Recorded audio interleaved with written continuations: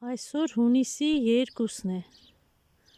օրն այդպես էլ չտաքացավ, գոնե քամի չկա,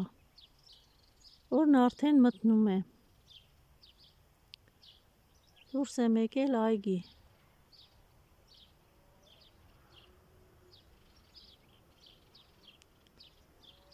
այսօր YouTube-ը ինձ մի շարք տեսանյութեր առաջարկեց գյուղական թեմաներով, հետաքրքիր երիտասարդ աղջիկներ են իրենց գյուղական լավ առօրյան են ներկայացնում։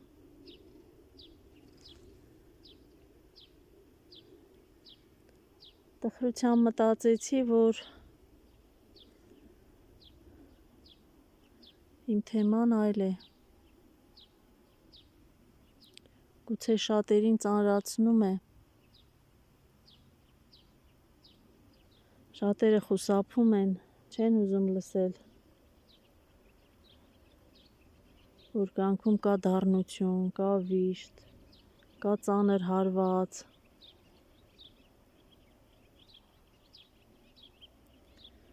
բայց ես էլ այլ բան չեմ կարող, սա իմ կյանքն է, սա իմ դժվարությունն է, սա իմ դառնությունն է կյանքի, սա այն կետն է, որին ես եկա այս տարիքին հասա։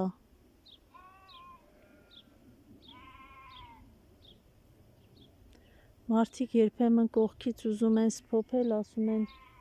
պետք է հաշտվել, չկա նման բան, ես չեմ կարող ասել, թե ես նորմալ եմ, ես խաղաղվել եմ, ես հաշտվել եմ, ոչ,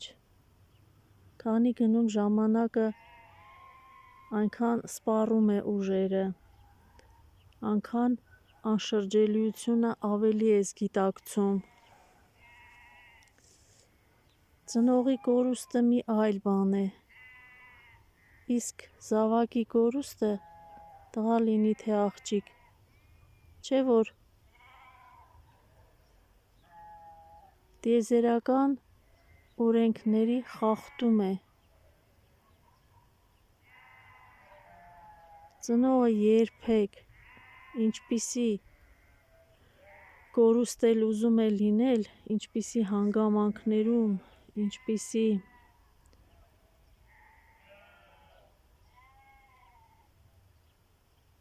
անխուսափելի դեպքերում էլ որ լինի, մեկ է, հնարավոր չէ դա ընդունել, հաշտվել, այլ բան է, որ ցավի հետ, այսպես ասած, դիմանալու շրջան է սկսվում և նայած, ով ինչպես է դիմանում։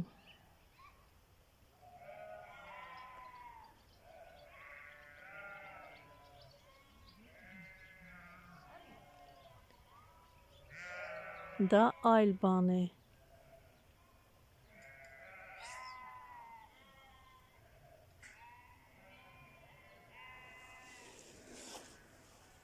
Իսկ ինչ վերաբերում է գիտակցելուն, այո, փաստը գիտակցում ես։ Իմ որպես կենդանի խոսք, գուցե անկեղծորեն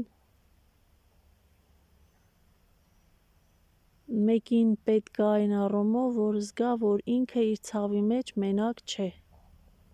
Այս է իմ գլխավոր միտքը, որ վերջո ձևակերպեցի, որ եթե այս տեսանյութը տեսնի մեկ ուրիշը, որը խորը վշտի մեջ է, հասկանա, որ ինքը մենակ չէ իր վշտի մեջ, որ ևս մեկը կարողանում է, փորձում է, ջանում է, ճիգ է թափում